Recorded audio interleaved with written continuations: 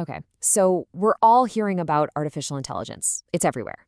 But how do you actually turn that buzz into a real strategy that works for your business? Well, over the next few minutes, we're going to do just that. We're going to transform AI from this kind of vague concept into your next big competitive advantage. And that really brings us to the big question, doesn't it? The one every business leader is asking right now. Is AI something to be afraid of? A threat we have to manage? Or is it maybe the single biggest opportunity for growth we've seen in years? We put together this explainer to help you find that answer. So here's how we're going to break it down for you. 4 simple parts. First, we'll look at the real-world opportunity. Then, the actual tools you can use today. After that, a step-by-step playbook to get you started. And finally, we'll talk about the super important guardrails for using AI responsibly. All right, let's dive in. Why should you care about AI, like right now? Well, because this isn't some far-off futuristic promise anymore. We're talking about real, tangible results that other businesses are getting today. Let's just look at the numbers. Just imagine this for a second. You have a project that usually takes months to complete. Now imagine getting it done in a single week. That's what's happening. Some businesses have seen a 70% decrease in production time by using AI for creating content. I mean, that's not just a little faster. That completely changes how you can go to market. Okay, so you're faster, but does anyone actually see it? Well, speed is kind of useless without reach, right? We saw this one local bakery use AI-generated videos and get an 80% jump in their social media engagement, an 80% jump. They weren't just keeping up with bigger brands. They were flat out winning. And they translated all that online buzz into a 25% increase in actual customers walking through their door. So we've got speed, we've got reach, but does it actually help the bottom line? The answer is a huge, resounding yes. In one study, 95% of small and medium businesses said AI directly boosted their revenue. So it's pretty clear, this isn't just about doing things quicker. It's about driving real, measurable growth. And you know, it gets even more interesting when you dig into the details. A study from 2023 found that for organic social media campaigns, a really specific type of AI content, these semi-realistic images, performed the best by far.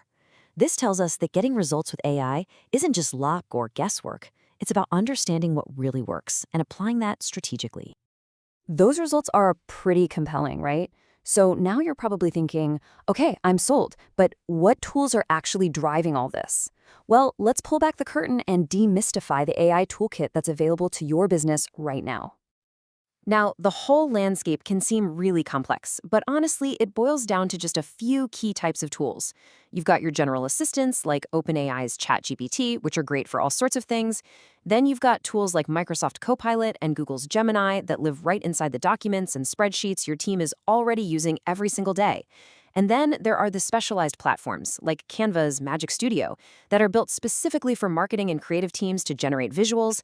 The key here isn't to use everything. It's to find the right tool for your biggest problem. Okay, you've seen the potential. You've seen the tools. Now for what I think is the most important part. How do you actually get started? This is your practical, no-fluff playbook for getting it right from day one.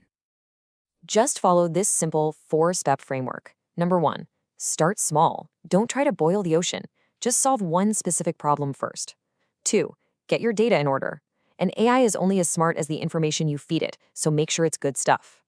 3. And listen, this one is critical. Always keep a human in the loop to review and approve the AI's work. And 4. Choose tools that play nice together. You want to build a connected system, not a bunch of separate tools that can't talk to each other. You know, that human-in-the-loop idea is so powerful. There was this one team in New Zealand that used AI to create a digital clone of a customer. It let them produce all this content they never could have made before.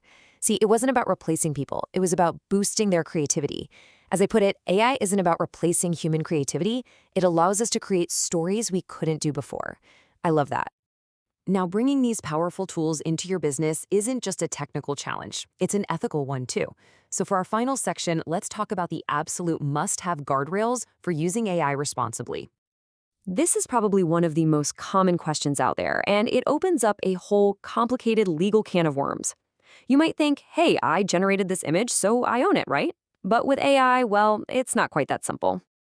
The US Copyright Office has been pretty clear on this. Works that are created by AI without significant human input or authorship, well, they aren't copyrightable. What that means is you can't claim you have exclusive rights to it, but then again, neither can anybody else. The output just kind of exists in this weird legal gray zone. And their risk actually goes even further.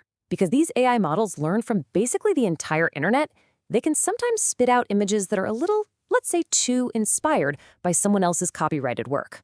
If you use an image like that, you could expose your business to a major infringement claim.